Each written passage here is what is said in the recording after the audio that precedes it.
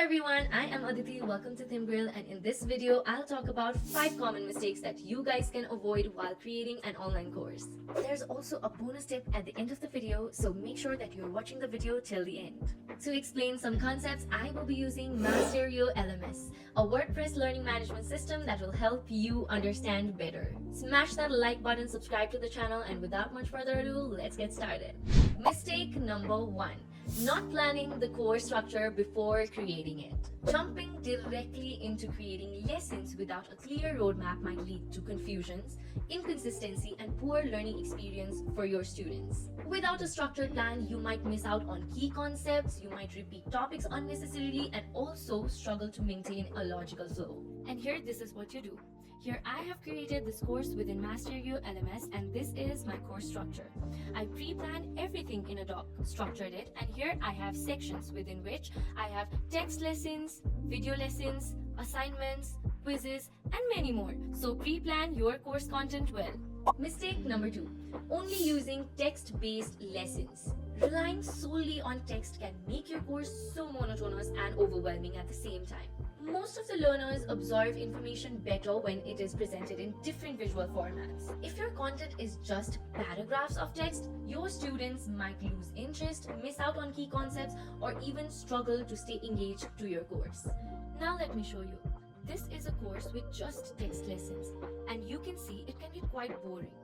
Now this is a course with video lessons, text lessons, assignments, quizzes, and more. This is a much better learning experience for your users because you can explain complex ideas in video form and keep the course interactive. Mistake number 3. Not testing your course as a student. Many course creators build their courses and platforms on creators' point of view and not the learner's point of view. But just because the course looks great on the back end doesn't mean it looks great on the front end too, or is smoothly working for your students. Failing to test a course as a user can result into broken user experience, confusion in navigation, and ultimately frustrated users.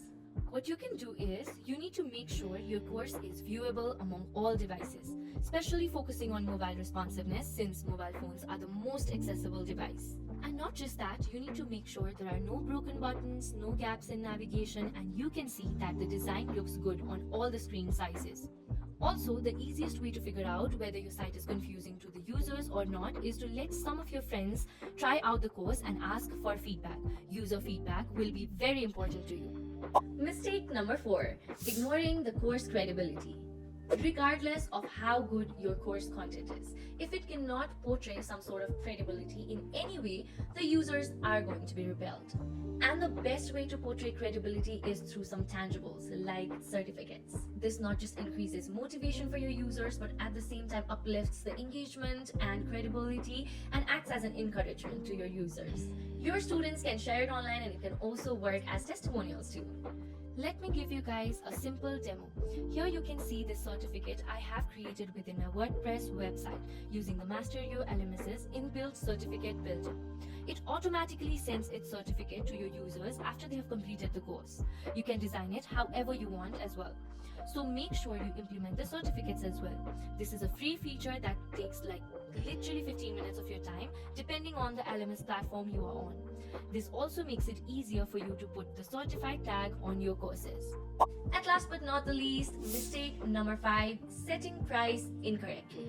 Pricing a course is the trickiest but also the single most important decision that you'll make while creating your course. Set it too low and your course will be devalued by the user. Set it too high, then you can drive your potential students away. Unfortunately, most of the creators get this part wrong while creating their course due to fear, guesswork, and also poor market research. Also, not being mindful and ignoring your audience's budget can also be a major mistake. For example, if you are creating a course for a student, you can't keep the course's price high up to like hundreds of dollars because of course they won't be able to pay it.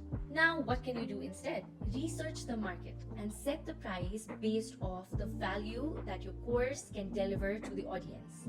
Try to learn more about your target audience and test different methods to know what works the best for your course. Now, if you guys have come this far and watched the full video, you guys must remember I promised something to you guys at the beginning of the video. A bonus step. So So this is the mistake that most of the users make online, and this bonus tip will help you get rid of it. Focusing on selling and not serving.